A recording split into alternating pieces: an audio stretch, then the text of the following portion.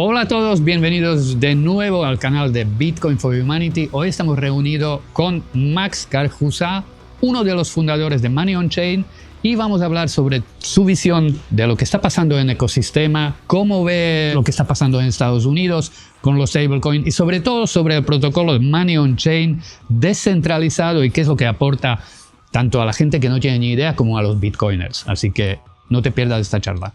Para empezar, cuéntame un poco sobre ti. ¿Quién era Max antes de ser un genio de ecosistema y uno de los primeros bitcoiners? Bueno, Max antes de Bitcoin.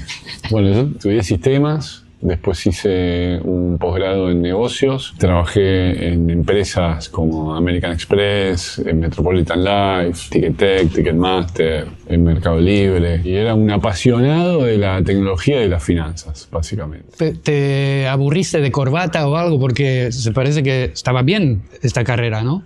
Que lo dejaste todo para irte al Bitcoin. Bueno, me había aburrido bastante antes de Bitcoin. Me tomé un año sabático en un momento para decidir qué quería hacer de mi vida. Y bueno, ahí descubrí Bitcoin. Y fue súper interesante cuando descubrí Bitcoin. Yo buscaba ejemplos de desarrollo, mejor dicho, de procesamiento en paralelo. De procesamiento. Pero eso, ¿de qué año estamos hablando? Y estamos hablando de alrededor del 2010. Bueno, estaba buscando aplicaciones de procesamiento distribuido y ahí me encuentro con la minería de Bitcoin. Todavía no existía, Bitcoin no tenía valor, creo que todavía no se había hecho la transacción de la pizza, no había exchange donde se pudiera usar, no tenía ningún uso, era solamente una manga de locos los que usaban Bitcoin. Y como todo el mundo lo descubrí y dije qué fantástica esta tecnología del blockchain. Pero qué ridículo que alguien pueda pensar que un token electrónico pueda tener valor. Y miné un tiempo con mi computadora, que no sé si habré minado o no habré minado, porque fue una cosa así de experimentación. Y finalmente lo descarté. Sigo adelante, estos locos no tienen sentido. O sea, ni siquiera sabes si minaste algo, lo dejaste ahí. Sí. Ah, bueno. Ahora no me acuerdo. Sería interesante ver si encontrar esa billetera que capaz que tiene 50 bitcoins. Sí, bueno. Y después lo volví a encontrar a fines del 2011. Había salido en mayo, creo en junio, un artículo en la revista Newsweek que hablaba de la Deep Web y del uso que tenía Bitcoin en la Deep Web. Y yo no conocía la Deep Web en ese momento, así que el artículo me fascinó. Por supuesto que me instalé el Tor Browser, o no me acuerdo qué se usaba en ese momento, para ir a ver Silk Road y chusmear qué había dentro de la Deep Web. Y ahí vuelvo en realidad, porque ya lo había visto antes, vuelvo a Bitcoin Talk a ver qué era lo que decían los bitcoiners, ¿no? Y empecé a leerlos un poco como para reírme de eso y otro poco con interés, ¿no? O sea, ¿cómo puede ser que este token lo estén usando realmente para pagar cosas? Lo que leí me empezó a hacer sentido, la tecnología era súper sólida, eso no había duda. O sea, la única cuestión que yo tenía en ese momento era que no podía concebir que un token digital tuviera valor.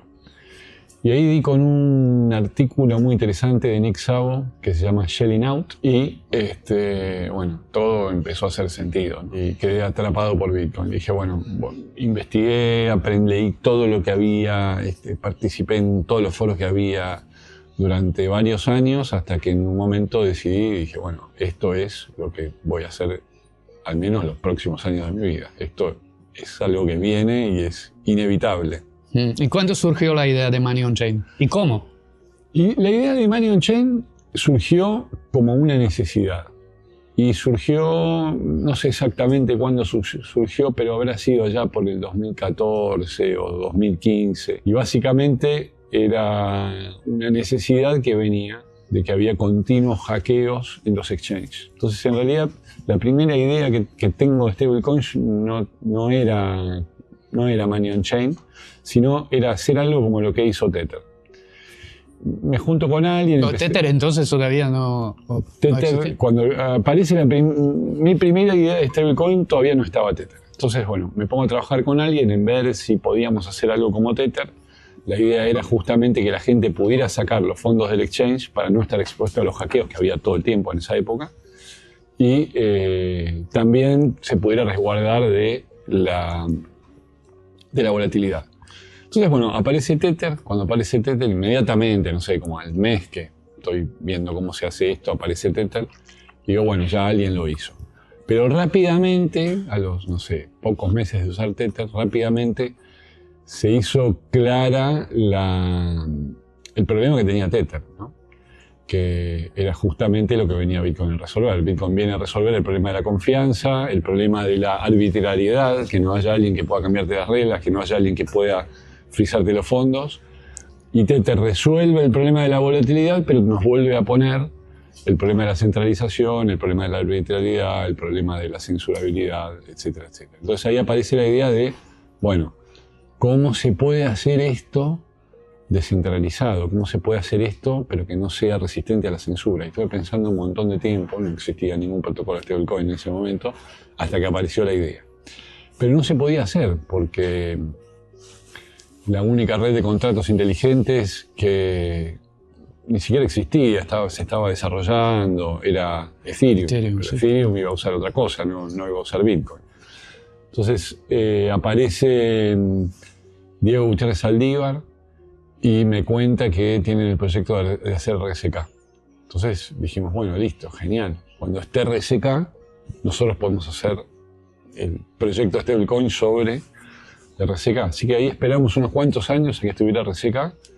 Y cuando RSK lanzó en la mainnet, nos pusimos a trabajar en el protocolo. Tuvimos como un año desarrollando el protocolo y después lo lanzamos. Y siempre tenías la idea que tiene que estar construido sobre, o sea, no construido sobre Bitcoin, sino respaldado por Bitcoin. Sí.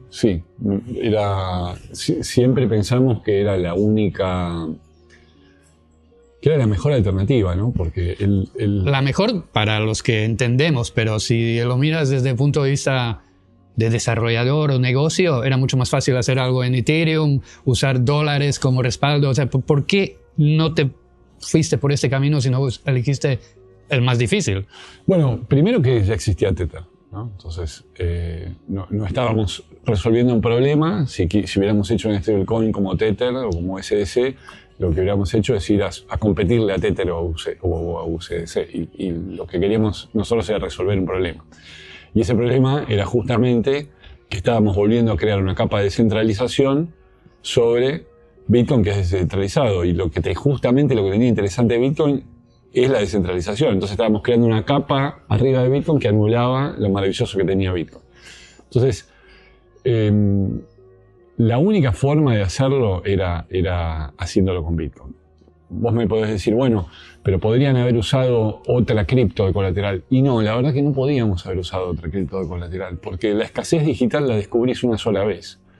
Y hay un solo activo que puede ocupar ese lugar y es Bitcoin. Entonces, el único activo que realmente puedes usar de colateral es Bitcoin.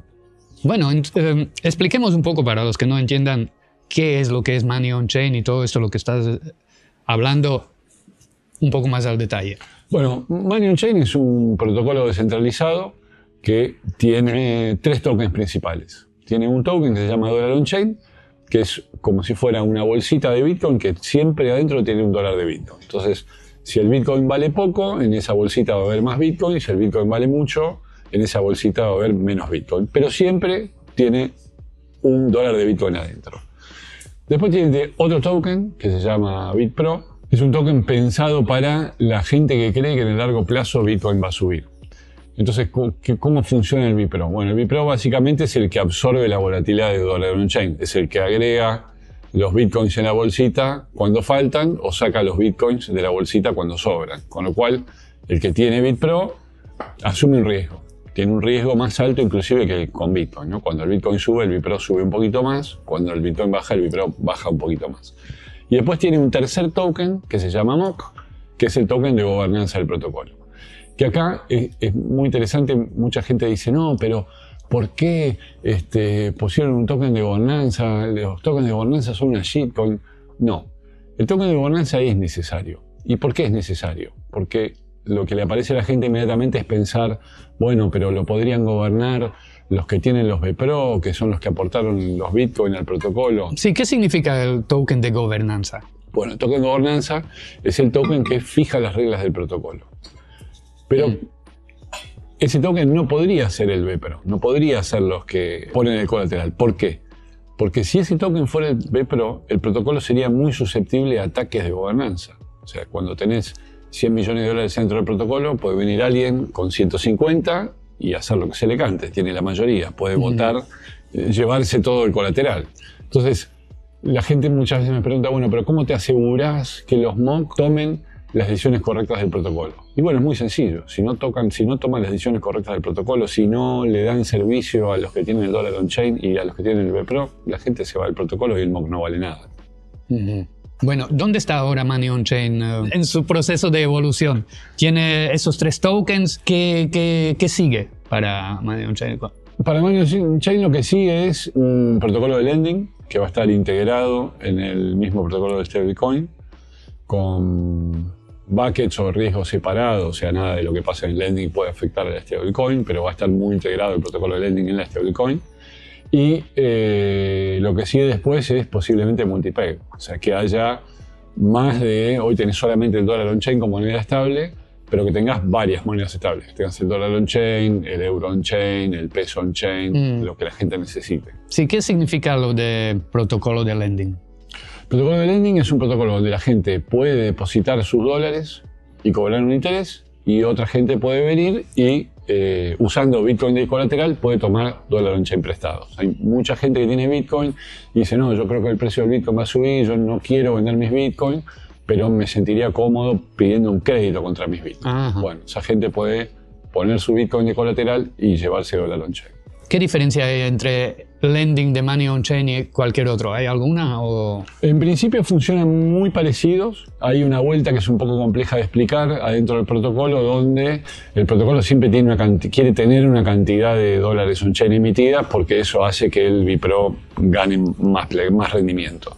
Entonces va a haber una especie de subsidio a los que depositan dólar on-chain, que en realidad no es un subsidio, es un pago, porque hay un retorno por eso. Va a haber esta especie de subsidio a los que depositan dólar on-chain para que el protocolo siempre tenga una cantidad de dólar on-chain emitida. Entonces, sí, yo quería saber, perdón que te interrumpa, pero en algunos había un fallo grande que vi yo, que tú depositabas Bitcoin, sacabas un crédito, sí, y luego para cancelar esta deuda, cuando por ejemplo Bitcoin bajaba y querías cancelar para no ser liquidado, no podías usar el colateral para cancelar la deuda, tenías que meter por encima para sacar el colateral y cancelar. Era como raro. No va a pasar esto con Money on Chain. No, con Money on Chain no va a pasar eso. Vas a poder usar el colateral para pagar el crédito. Y otra cosa diferente que tiene el lending de Money on Chain es que la liquidación es al límite. O sea, supongamos que el Bitcoin vale $100. Yo puse un Bitcoin de garantía y me llevé un préstamo de $50. Bueno, en general los lending, cuando el precio del Bitcoin cayó de 100 a 75, ya te empiezan a liquidar un poquito. Bueno, acá este protocolo no te va a liquidar hasta que la garantía que vos dejaste sea prácticamente equivalente a lo que te llevaste de préstamo. Ah, excelente. Sí, porque yo lo veía como algo muy poco práctico. Me refiero a sacar el préstamo, era bien, pero luego nadie se pensó que liquidarlo necesitas otra cantidad para poner dentro de... Claro, porque además eso, por más que tuvieras, es un proceso complicado e innecesario si ya tenés el colateral. Simplemente puedes usar el colateral para pagar el crédito. Bueno, entonces con Money on Chain no habrá ese problema. No voy a sacar crédito mañana. Pues. Todavía no. ¿Cuándo lo podemos esperar? Y yo creo que 6 semanas va a estar productivo. Menos, seguramente. Bueno, ¿qué me dices de lo que se está haciendo ahora en Estados Unidos? Esto de promover stablecoin para que vayan recomprando la deuda, dejando fuera a los descentralizados. ¿Cómo ves todo eso? Bueno, a ver, por un lado, por algo le llaman Genius Act, porque es una genialidad lo de inventarlo, ¿no? O sea, tenían un problema de el mundo me está demandando menos dólares y de repente crear una stablecoin oficial, o sea, regulada, con todo el respaldo de un gobierno como Estados Unidos, para un montón de gente es interesante. De hecho, es más interesante que como eran las stablecoins hace 2 años. De cualquier manera, seguimos perdiendo esa cosa interesante, ¿no? Seguimos perdiendo esa neutralidad que tiene Bitcoin, esa falta de arbitrariedad que tiene Bitcoin, esa resistencia a la censura que tiene Bitcoin. Y mientras tu gobierno sea honesto y bueno y benevolente, está espectacular. Todo bien, sí, hasta Ahora, ahí. el día que tuviste un gobierno autoritario, corrupto, tenés un serio problema, ¿no? Imagínate que el que está en el poder puede decidir desaparecerle el dinero a sus oponentes políticos. ¿Se puede decir que Money on Chain está construido de cómo está construido precisamente para eso, para que sea Claro. resistente a esta censura y todo? Sí, para que sea neutral, claramente, para que sea neutral, donde no haya alguien que tenga el poder de cambiarle las reglas a los demás. Bueno, ¿qué le falta a Dollar on Chain, digamos, para que sea adoptado más? Porque es muy difícil en todo este ecosistema con tantos stablecoin. ¿Qué le falta para que la gente lo adopte? Yo creo que le falta que el mundo conozca a Rustock, básicamente. Que conozcan lo importante y lo interesante que es ese proyecto sobre todos los demás. Porque es un proyecto hecho con filosofía bitcoiner en cuanto lo prioritario es la descentralización, la seguridad, la neutralidad. Y que está muy alineado con los incentivos de Bitcoin, ¿no? Yo siempre cuento esta cuestión de que el 80% de los mineros de Bitcoin hoy, además de minar Bitcoin, al mismo tiempo que están minando Bitcoin, están minando RSK y asegurando la red de RSK. Eso hace que RSK sea la segunda red más segura del mundo después de Bitcoin. Eso no genera un gasto adicional para los mineros. Sin embargo, todas las transacciones que se hacen en RSK generan un ingreso para los mineros, con lo cual, al fin del día, RSK está subsidiando la seguridad de Bitcoin, ¿no? Cuando nos preguntamos, pero ¿cómo vamos a hacer? Porque vienen los halvings y los mineros no van a ganar plata. ¿Cómo van a hacer los mineros para asegurar la red? Bueno, con redes como RSK, por ejemplo. ¿Y qué le falta entonces a RSK para que sea más conocido y que tenga más adopción? Una con otra. O sea, Money on Chain, Dollar on Chain necesita que Rustock sea más conocido. ¿Qué necesita Rustock para que sea más conocido y adoptado? Eso me hace acordar a cuando pensábamos sobre Bitcoin en el 2013, 2014 y decíamos, ¿qué le falta a Bitcoin para que la gente lo conozca? Tiempo, es inevitable. Bueno, con todo lo que se está viniendo con inteligencia artificial, ¿cómo ves el futuro? Por ejemplo, tú tienes hijas pequeñas. ¿Cómo ves de aquí 10 años cómo va a ser el mundo? No tengo la menor idea cómo va a ser el mundo dentro de 10 años, pero va a ser muy distinto de cómo es hoy. Yo creo que por primera vez en la historia de la humanidad no tenemos la capacidad de imaginar cómo va a ser el mundo dentro de 10 años, donde los cambios pueden llegar a ser tan grandes y profundos que no tenemos ni idea cómo va a ser. El tema de la inteligencia artificial no es menor, es como... ¿Lo ves como algo positivo? ¿Le ves peligro? Bueno, las dos cosas, ¿no? Por un lado es positivo, por otro lado es muy peligroso, sobre todo en la forma en que se está haciendo, pero la realidad es que los incentivos están puestos para que no se pueda hacer de otra forma, ¿no? Porque el primero que llegue a lo que llaman la AGI, la inteligencia artificial general, tiene una ventaja sobre los demás. Entonces, quizás hoy se están evitando o se están pasando por alto algunos controles o algunos trabajos previos que debía hacerse con los modelos antes de lanzarlos al público. Bien. ¿Y algún proyecto futuro? ¿Estás en algunas otras cosas o estás 100% en Money on Chain?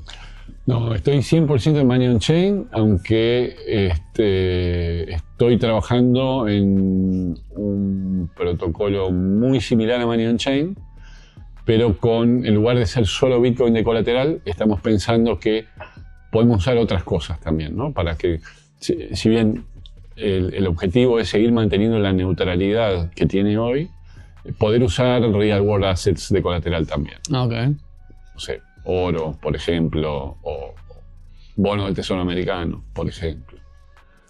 Pero sería otro protocolo distinto y separado de Money on Chain. Nosotros vemos a Money on Chain como algo, y queremos que siga siempre igual, pristino, donde solamente hay Bitcoin, donde mantenemos la descentralización a lo máximo que se puede llevar, donde el colateral es el más incensurable que puede haber y menos manipulable que puede haber. Bueno, cuéntame qué es lo que le ofrece Money on Chain a los bitcoiners. ¿Hay algún...? Es muy interesante esa pregunta. Hay un montón para contestar sobre esa pregunta. Primero, lo inmediato, lo que te aparece de que le ofrece Money on Chain a los bitcoiners es, bueno, una manera de salir de Bitcoin sin salir de Bitcoin, ¿no? Cuando el Bitcoin está a 120.000 y el bitcoiner cree que está caro y que va a bajar de precio y que quiere vender una parte de sus bitcoins para protegerse, cuando va al mercado y los cambia por USDT, está haciendo que el precio baje. Está generando presión de venta en el mercado y está haciendo que el precio baje. Ahora, si con esos bitcoins, en lugar de ir a venderlos por USDT, los meto en Money on Chain y minteo dólar on chain, no vendí los bitcoins. Ah, está buena esa. Entonces yo sigo teniendo mis dólares, yo mejor dicho, paso a tener mis dólares, que es lo que quiero, pero no hago bajar el precio del bitcoin. Por otro lado, es como el BPRO, el otro token, es como el sueño del bitcoiner de alguna forma, ¿no?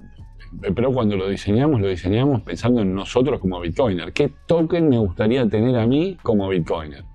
Entonces, bueno, un token que está lleno de Bitcoin, que es 100% Bitcoin y que además me da la posibilidad de ganar más Bitcoins. Sí.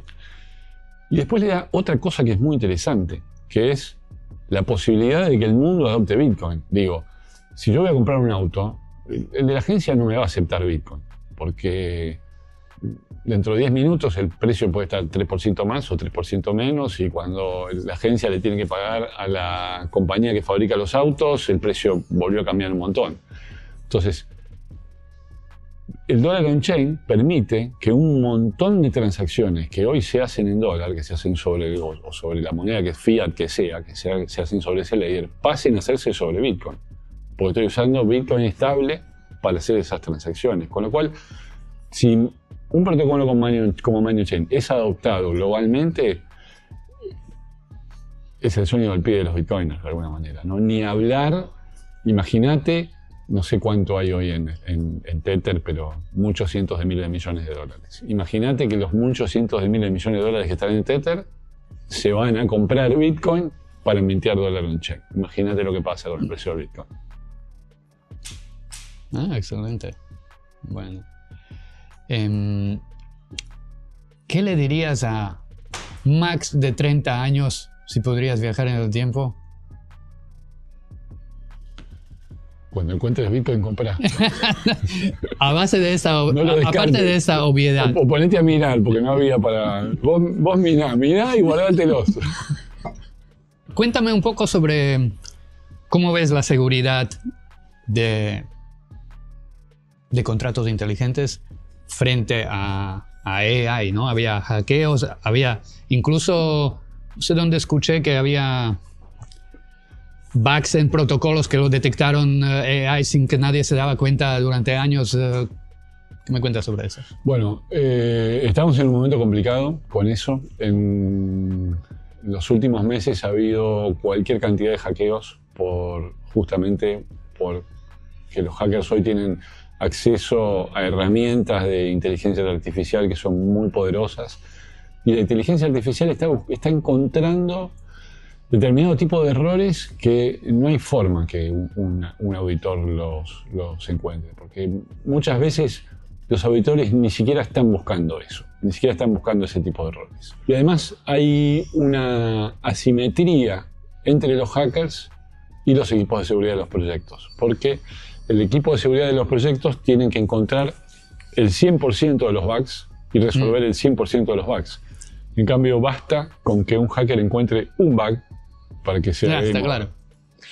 Entonces, los próximos meses van a ser... Bueno, de hecho, los últimos meses fueron complicados, los próximos meses posiblemente también sean complicados para muchos protocolos de DeFi en general.